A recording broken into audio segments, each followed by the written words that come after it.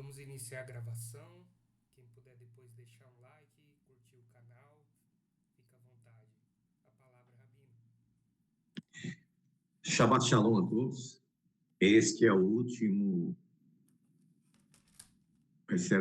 Shabbat deste ano, que foi um ano difícil, mas que até aqui Deus tem nos guiado com mão forte. Nós estamos aguardando o avistamento da lua nova para decretar um novo mês e decretar também um novo ano. Eu postei lá no WhatsApp da congregação, o pessoal lá de Israel, da Devorah, que foi fazer a pesquisa em campo para ver a situação da cevada e do trigo. Quem puder depois dar uma olhadinha, acredito que vai ser bem interessante, porque tem informações ali que vão te ajudar a compreender. Eu gostaria de, antes de iniciarmos o estudo de hoje, que é justamente sobre o Ano Novo e o Cordeiro de Deus que tira o pecado do mundo, eu gostaria de fazer alguns comentários sobre a escravidão, para que você possa entender o porquê Deus tomou iniciativas, tomou medidas e orientações a Moisés, o que a escravidão causa no homem. Aqui no Brasil, nós tivemos a escravidão durante um tempo muito longo. Foi um dos últimos países a abandonar a escravidão. Só para vocês terem uma ideia, o meu avô, pai da minha mãe, quando ele nasceu, ainda havia escravos. Então, não é uma coisa assim tão longe, tão distante. Quando foi decretado, nossa, é muito tempo. Quando foi decretado o fim da escravidão, aconteceu algo muito interessante. E até hoje, nós temos ainda pessoas que são escravas. Não tem senhorio, mas na sua mente a escravidão ainda não saiu. O que eu quero dizer? Quando os fazendeiros, os proprietários de escravos, tiveram que dar a alforria, liberar os escravos, a maioria absoluta dos escravos não saíram das fazendas. Eles tinham medo. A escravidão subjuga a pessoa de tal maneira que eles não conseguiam imaginar a liberdade. A liberdade era uma coisa muito complexa para eles. Outros acabaram ficando em quilombos. Na verdade, os quilombos eram onde os escravos fugiam e ali ficavam unidos, escondidos nas matas. E esses quilombos existem até hoje. E essas pessoas ainda continuam lá, porque elas ainda continuam aprisionadas pela escravidão. Mas não é só esse tipo de escravidão. Nós vivemos, na atualidade, na escravidão espiritual. E talvez esta seja uma das piores escravidões que possa haver. A escravidão religiosa, ela faz com que a pessoa tenha dois sintomas. O primeiro, ele não questiona. O segundo, ele se vicia em certos tipos de palavras, de ensinos, e esse ensinamento faz com que ele fique preso. Não importa que ele perceba que as demais denominações, ou que a denominação a qual ele pertence, tenha equívocos, tenha erros, tenha escândalos. A tal ponto que nós vemos que aquela igreja brasileira universal, depois dos escândalos terríveis que apareceu, ela cresceu mais ainda. E qual que é esse fenômeno? A escravidão espiritual. Se você pegar no domingo de manhã, que tem vários cultos na televisão de várias igrejas, ou no WhatsApp, ou no YouTube, aonde você for pesquisar, vai ter várias pregações. E você vai perceber que as pregações são as mesmas. Muda-se alguns versículos e algumas palavras, mas a essência é a mesma. Autoajuda. Ou a nossa igreja é a única. Nós somos verdadeiros e os outros são falsos. Eles não conseguem avançar dentro da palavra de Deus. E quando você avança, as pessoas, elas têm um probleminha grave. Elas não se adaptam. Quando você traz uma mensagem maravilhosa, que tenha início, meio e fim, uma mensagem de transformação, mas para as pessoas é chata, é ruim, porque elas não estão acostumadas, elas querem ir na igreja e ouvir aquelas mensagens de autoajuda, Deus vai fazer, Deus vai mudar, Deus faz isso, Deus faz aquilo, Deus transforma, ou seja, Deus vira um gênio da lâmpada. A diferença é que esse Deus, gênio da lâmpada, tem desejos eternos, infindáveis, não é só 3 desejos. Então as pessoas vivem naquela situação e aí não acontece o que ele pensou e vai conversar com o seu líder religioso, o seu líder diz, que não aconteceu porque a sua falta de fé não ajudou. E assim as coisas ficam cada dia mais complicadas e as pessoas ficam presas naquele círculo. Elas vão à igreja, preste atenção, não estou falando especificamente de uma igreja, do sistema que foi criado, um sistema de escravidão espiritual. Ela vai à igreja, ela fica lá 40, 50 minutos cantando. A maioria das músicas são de teor de autoajuda. Depois fica lá 20 minutos pedindo dízimos e ofertas. E finalmente vem a mensagem. Nesse momento, a mensagem pouco importa. E aí a vida continua, passa dias, meses, anos e etc. Por que eu estou fazendo essas colocações? Os escravos eram escravos no seu senhorio, quando foram libertos não conseguiram sair, quando conseguiram sair, poucos avançaram, a maioria ficou subjugada por si mesmo.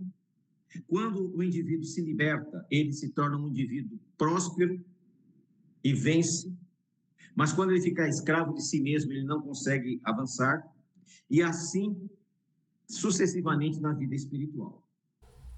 Outros são escravos de uma religião, quando estão presos ali, descobrem uma verdade que suplanta aquele que ele achava que era verdade, ao invés de abraçar com alegria, o que ele faz?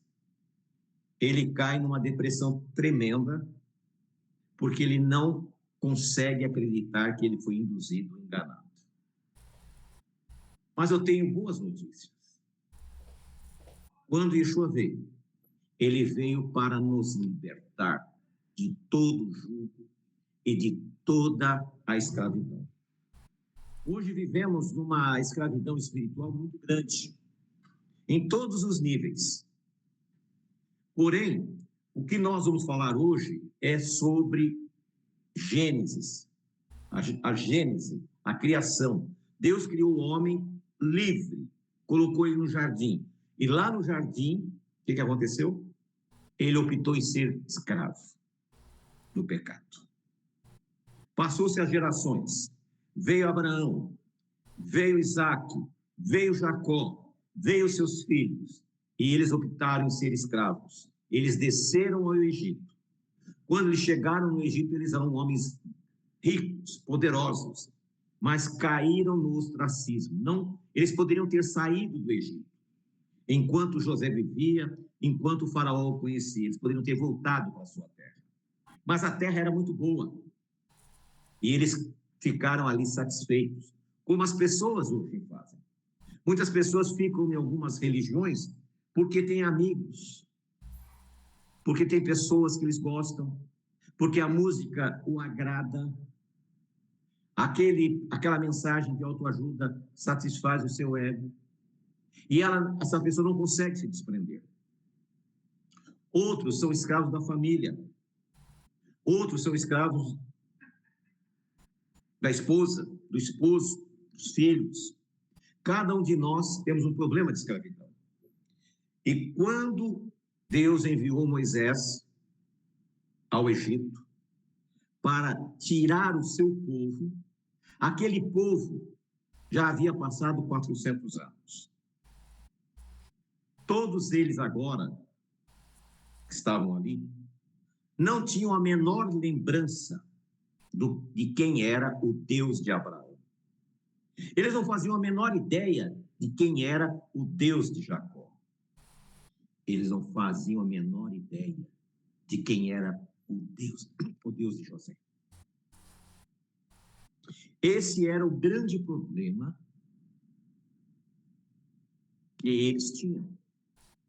E nós vemos que, mal eles saíram do Egito, já quiseram fazer um Deus para eles. Mas que Deus eles fizeram? Um Deus parecido com o Deus que eles tinham lá no Egito, que era o Goiás, o bezerro de ouro. E assim as pessoas, quando saem da Babilônia espiritual, mas ela quer que a casa de Deus, que a casa de oração, que a congregação, que a Keilah, a sinagoga, não importa o nome que você queira dar, seja igual àquela. Eles querem trazer o bezerrinho de ouro. Tem que ser naqueles padrões. Porque se não for naquele padrão, eles não sabem. Só que eles tinham um problema sério quando eles saíram de lá. Eles não sabiam quando começava o ano e quando terminava. Eles não sabiam quando começava a semana e quando terminava. Eles trabalhavam de sol a sol, 365 dias por ano. Eram escravos dos deuses do Egito. E eles agora teriam que ter uma nova realidade. E quando você começa a ler a história de Moisés, dentro dessa visão, você vai perceber que você vai começar a enxergar por que Deus determinou leis àquele povo. Porque eles não tinham leis nenhuma, eles não obedeciam nada. Eles eram como animais, eram escravos. Eles tinham que trabalhar até a morte. A maioria morria entre 30 e 40 anos.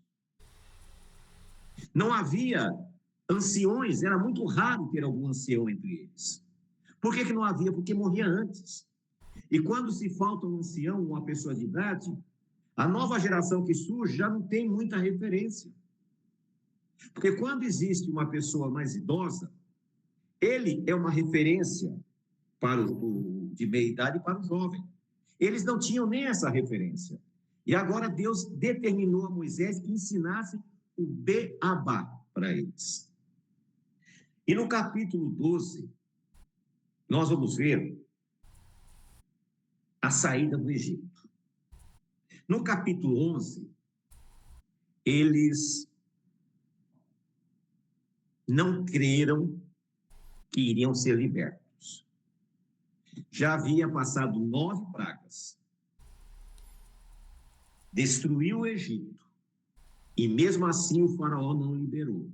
Eles não acreditavam que na 10ª praga eles seriam libertos. Eles não tinham esperança, eles não tinham fé. E por isso, eles sabiam que naquele dia ia acontecer uma tragédia. Eles tinham, durante 4 dias, mantido em suas casas um cordeirinho. No 4º dia, eles sacrificaram esse cordeiro, pegaram o sangue e passaram nos umbrais da porta. Aquele cordeirinho eles cozeram e comeram. E deixaram para mais tarde fazer um pão.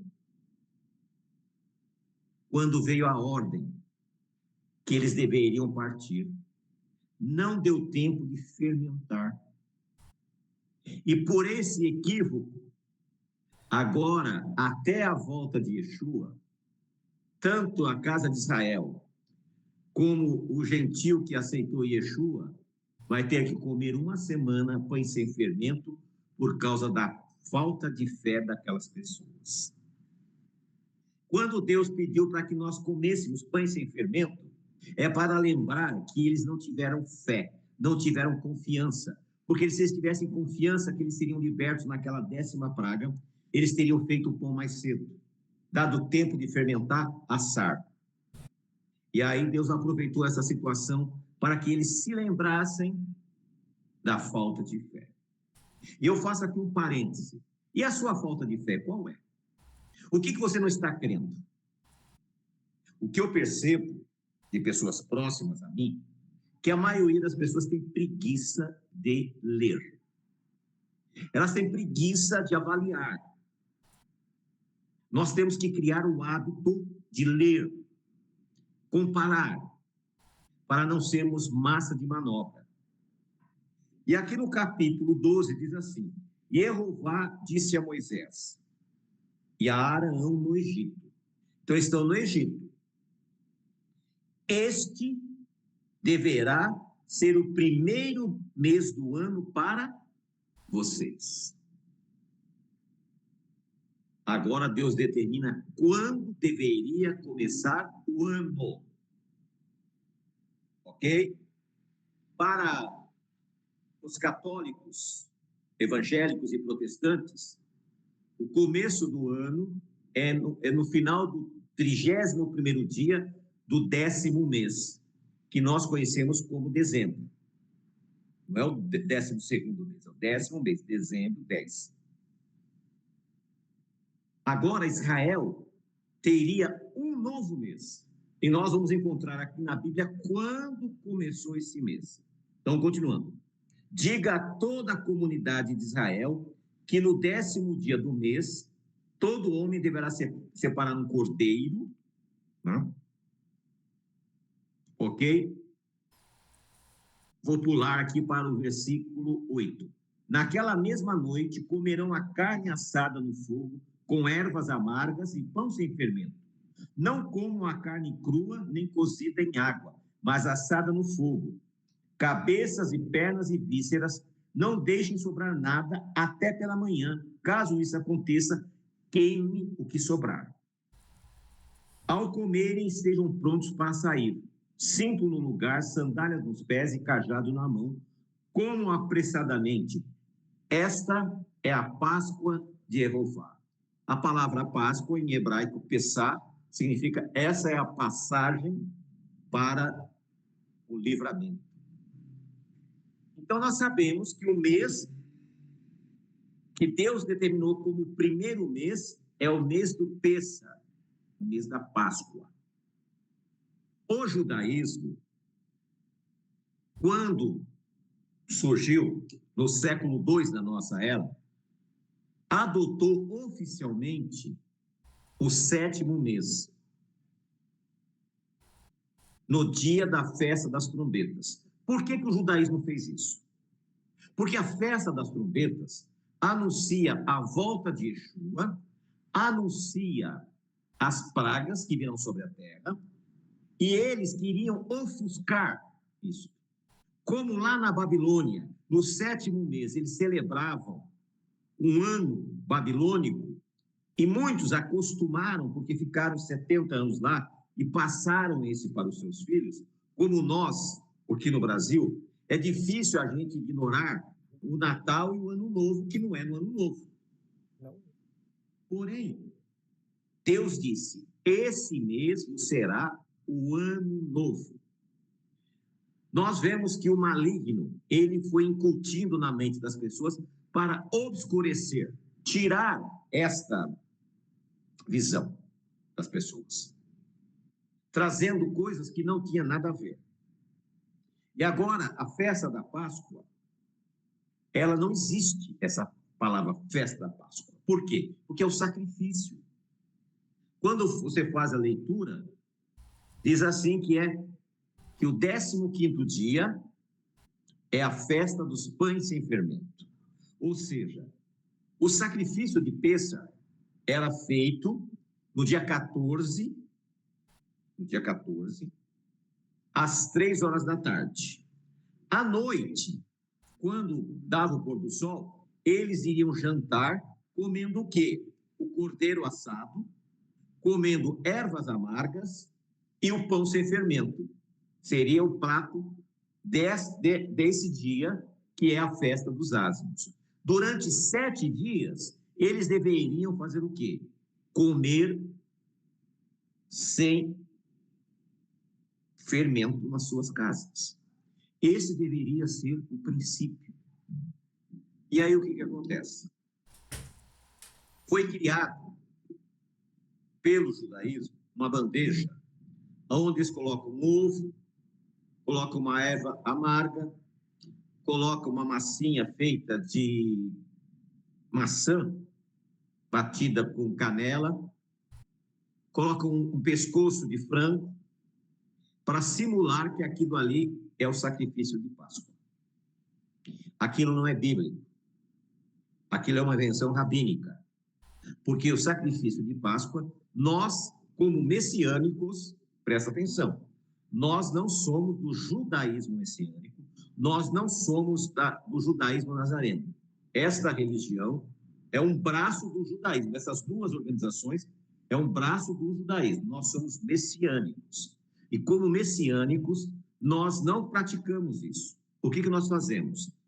No dia 14, após o pôr do sol do dia 13, não é de abril, é o 13 do mês de Abib. Após o pôr do sol do dia 13, entrando para o dia 14, o que nós fazemos? Nós comemos matzá. Eu como carne de cordeiro, eu gosto nessa época, não pensando no sacrifício, mas pensando apenas na refeição, né?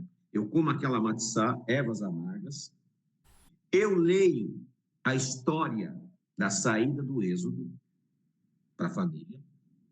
E assim nós iniciamos a Semana dos Pães Sem Fermentos. Paulo aproveitou essa festa lá em Coríntios e começou a nos orientar que nós devemos ensinar também que o fermento é o pecado e que nós temos que tirar o pecado da nossa vida. Ninguém comete uma transgressão tremenda, grande, de uma vez. A traição, o roubo, o assassinato, é um processo que começa a nascer no coração. Por isso que Yeshua, quando disse, se você pensar mal de uma pessoa, você já matou. Por quê? Porque ele sabe que o assassinato não começa, não é quando a pessoa mata, mas quando a pessoa começa a planejar tirar aquela vida. O adultério é a mesma coisa. O adultério não começa no ato final, mas quando a pessoa permite ficar observando, se interessando por uma pessoa que ele não pode. Então, quando Paulo diz, tiremos o fermento da nossa vida, tirarmos o pecado, é para sermos conscientes que nós não podemos ficar, reféns desse tipo de coisa. Nós estamos aguardando amanhã, né, a confirmação da lua nova. Se confirmando a lua nova, iniciamos um novo mês. Ainda faltam alguns detalhes para se confirmar o ano novo, que é mais uma vistoria nos campos de centeio. Saindo essa informação, nós recebendo, imediatamente vamos passar para você. E nós estamos entrando no ano 6025. O judaísmo está no ano 5785.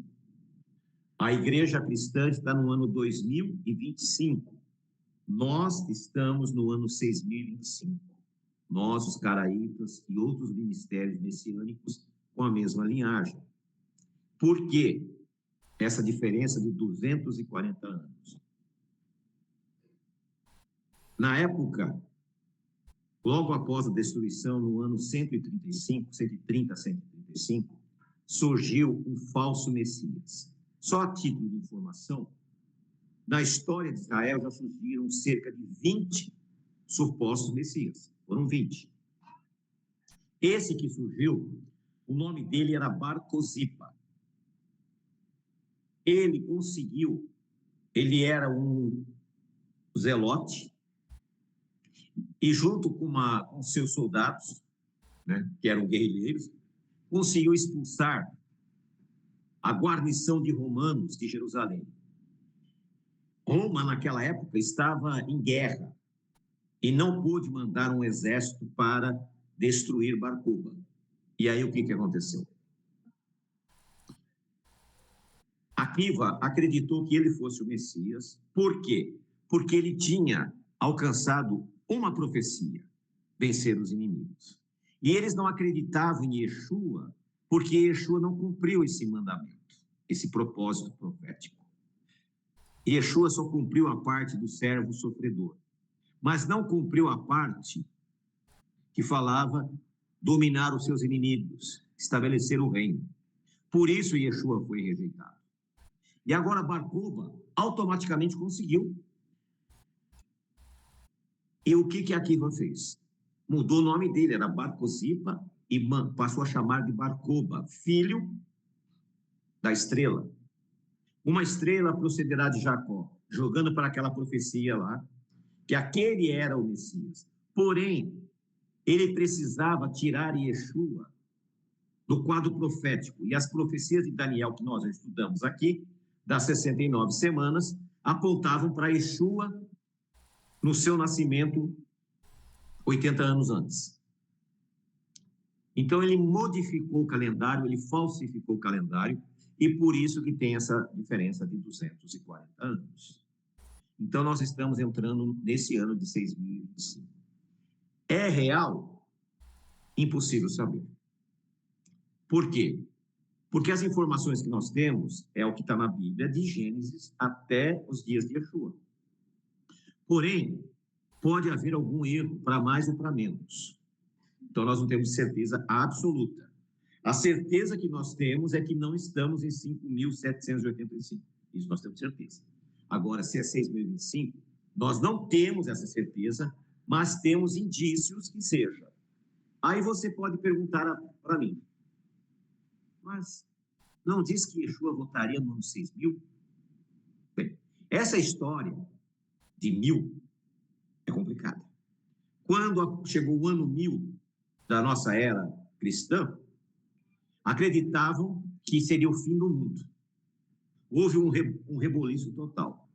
Quando chegou o ano 2000, se lembram que houve uma confusão tremenda, inclusive deu um bug nos computadores, porque as pessoas acreditavam que Jesus ia voltar no ano 2000.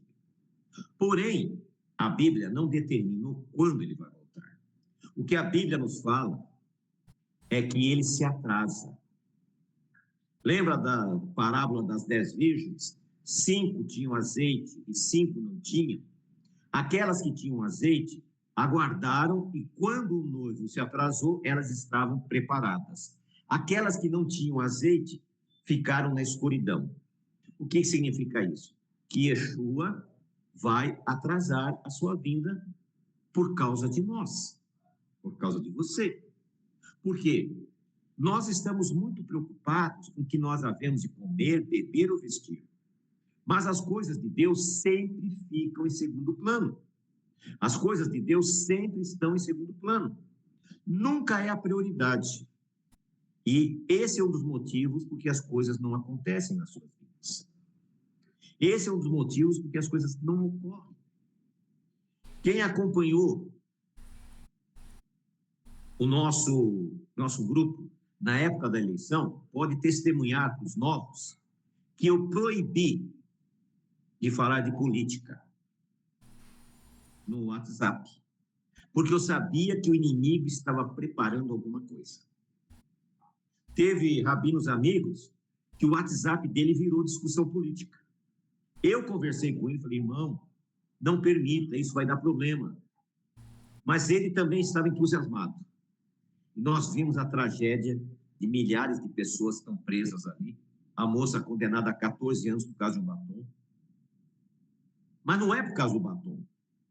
É porque eles estavam defendendo Deus, a palavra, a pátria. Quando Jesus diz, o meu reino não é desse mundo, ele quis dizer, deixa que eles se virem lá. Cuide da sua vida espiritual. Eu digo para você, cuide da sua vida espiritual. Buscai a Deus em primeiro lugar, e as demais coisas vos serão acrescentadas. Quando você coloca Deus em primeiro lugar na sua vida, a família vai bem, o trabalho vai bem, a saúde vai bem. Agora, quando você resolve abandonar Deus para ir fazer o seu próprio interesse, é como colocar o seu dinheiro numa sacola furada, como diz Ageu. Existe um ditado judaico que eu acho muito interessante. Aquele que trabalha Shabat nunca deixará de trabalhar. Sabe por quê? Porque nunca vai ser próspero. Ele vai vender o almoço para comprar janta. E isso eu sei muito bem o que é isso. Porque eu cansei de ver pessoas assim. Pessoas que tinham medo. Elas não se entregavam a Deus. Sabe? Elas não colocavam as suas vidas diante de Deus. Ela queria Deus, mas não queria deixar o mundo. Isso não funciona. Por isso que Deus ordenou lá para Moisés, diga para esse povo que esse é o novo mês, que vocês vão comer 7 dias pão sem fermento, porque Deus queria ensinar aquelas pessoas como devem ser as coisas. E depois daquele período, passaria 50 dias e viria Shavuot, Pentecostes. E Pentecostes é o recebimento do Espírito Santo de Deus. E o que o Espírito Santo de Deus faz em nossas vidas? Falar charabacanta? Não. Ele faz você entender a palavra de Deus como ela é. Ele abre a sua mente. Você deixa de ser um escravo. Você deixa de ser uma pessoa que está ali sendo manipulada. E você começa a ter uma nova vida, uma nova realidade. Por isso que eu chamo a atenção a você. Não deixe de servir a Deus. Muitas vezes você falta no trabalho para ir na escola do seu filho. Você falta no trabalho porque ficou resfriado. Mas agora você não falta no trabalho para observar uma festa bíblica. Ah, isso não. Você não falta no trabalho para vir num culto na sinagoga. Isso não. Então, meus irmãos, prestem bem atenção. Yeshua está às portas. As profecias estão se cumprindo. A comunidade europeia mandou recado para eles lá, para os europeus, fazerem kits de sobrevivência, porque eles estão imaginando uma guerra de altas proporções. Nós vemos o que está acontecendo no mundo. Você não consegue sair na rua. Os assaltantes estão se proliferando. É muito assaltante. Eu vi a quantidade de celular que se rouba.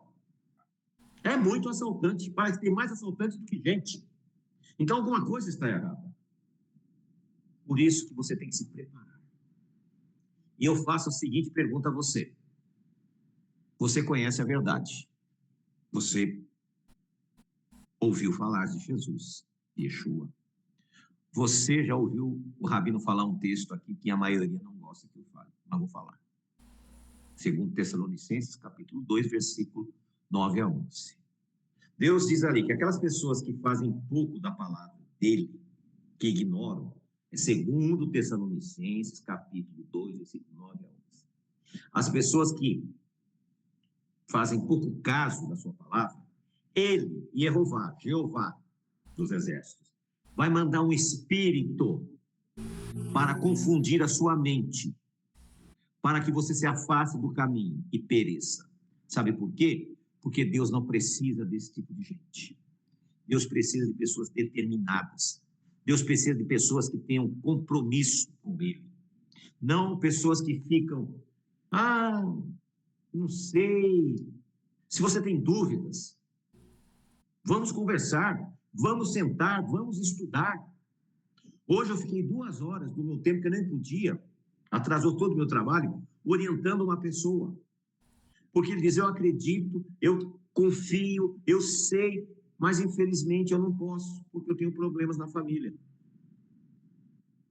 Foi quando eu citei, se você amar mais pai e mãe, esposa ou filho do que a mim, você não é digno de mim, disse Jesus. Então põe na sua mente, se Jesus voltar hoje para a sua vida, se hoje for chamado, porque quem garante que amanhã eu estarei aqui com vocês? Talvez essa seja a minha última transmissão. Quem garante que você vai estar vivo? E aí? Como é que vai ser? Aonde você vai passar a eternidade? Pense nisso. Por isso que nós estudamos quartas e sextas, para que você aprenda, para que você cresça espiritualmente, para que você se fortaleça espiritualmente. Vale a pena servir ao Deus vivo. Deus cura, Deus muda, Deus transforma. Deus não mudou, quem mudou foi você. Amanhã Sábado, nós vamos fazer online. Muitos nossos irmãos moram distantes. Fica um pouco caro para que eles venham 2 vezes na semana, porque não tem carro, tem que pagar Uber. A situação está difícil para todos.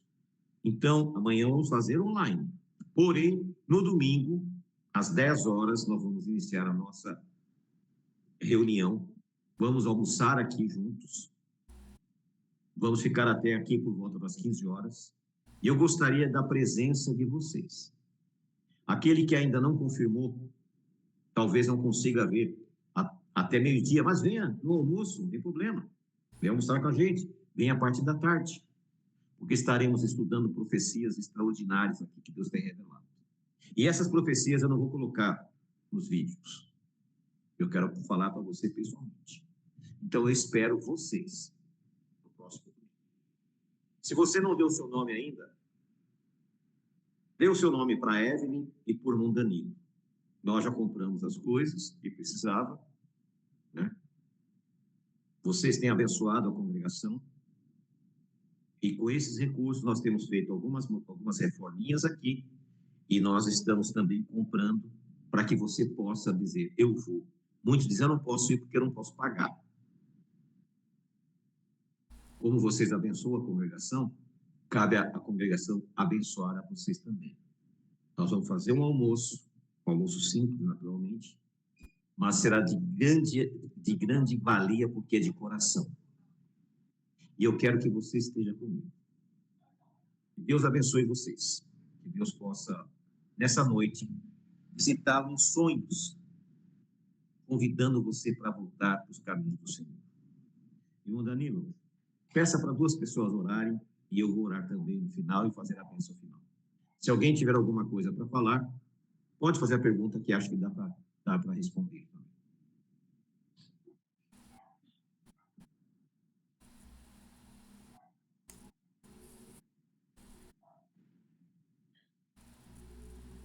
Irmão Jean, pode fazer uma oração para a gente encerrar, por favor? Na sequência eu faço uma e o Rabino faz a bênção final. Ok, oremos. Soberano Deus, agradecemos por esse estudo, agradecemos, Senhor, por mais uma semana que se passou, que podemos ter o nosso trabalho, a nossa saúde, e aprender um pouco mais com o Rabino, que é o seu instrumento para nos ensinar sobre sua palavra, Pai. Agradecer por ele também, por nós termos ele em nossas vidas. Em nome de Yeshua que lhe pedimos e agradecemos. Amém, Senhor. Amém. Senhor nosso Deus, que o Senhor possa continuar nos acompanhando, Pai, nessa noite. Obrigado pelo estudo, pela reunião aqui em família, Pai. Somos uma família, uma congregação. Queremos saber mais de Ti, Senhor. Obrigado por estar conosco, que o Senhor possa nos acompanhar durante esse repouso de Shabat.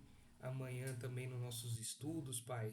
Iremos fazer um culto reduzido, mas com a mesma força e vontade para levar até o Senhor, Pai. Que o Senhor possa estar conosco sempre. Visite nossos lares, Senhor. Esteja na casa dos irmãos também que não puderam estar aqui, Senhor. O Senhor sabe de todas as coisas. Abençoe cada família aqui, Pai. O serviço, a parte financeira, Pai. O descansar, a saúde, Pai. Coloque as suas providências sobre todos. Em nome de Cristo Jesus é que pedimos, agradecemos, Senhor. Amém, meu Pai. Senhor nosso Deus, em nome de Yeshua, Pai, a tua congregação está na tua presença. Para agradecer por esse momento de estudo no seu dia sagrado, nesse Shabat. Rogamos, Senhor, que tu envies o teu Rua, o teu Santo Espírito, para abrir nossas mentes, para que possamos alcançar, Senhor, a espiritualidade que tanto necessitamos. Guarda-nos esta noite, livra-nos de todo o mal. Que tenhamos um Shabat de paz e tranquilidade. Pedimos também, Senhor, pela vida dos teus servos lá em Israel, do grupo da Devorá, que têm saído a campo para pesquisar o trigo para ver se está maduro. Estão correndo risco de vida, mas têm feito esse trabalho. Por isso, abençoa esse grupo, Senhor. Tenha misericórdia e coloca os teus anjos para protegê-los. Nós te agradecemos pela companhia dos nossos irmãos. Dê uma bênção dobrada sobre a vida de todos eles. Aqueles que estão nesse momento entristecidos, aqueles que estão com problemas de depressão, de angústia, traz a cura, Senhor. Aqueles que estão com problemas de saúde, traz a cura, Pai. Nós pedimos tudo isso em nome de Yeshua, teu Filho amado. E o Senhor te abençoe e te guarde. Que o Senhor faça resplandecer o seu rosto sobre ti e tenha misericórdia de ti. Que o Senhor sobre ti levante o seu rosto e te dê a paz. Eu peço aos irmãos que, após eu postar esse vídeo, vocês compartilhem esse vídeo, coloquem no seu Face, para que outras pessoas também possam alcançar, outras pessoas possam conhecer esta palavra que Deus tem dado a nós. Shabbat Shalom, até em breve.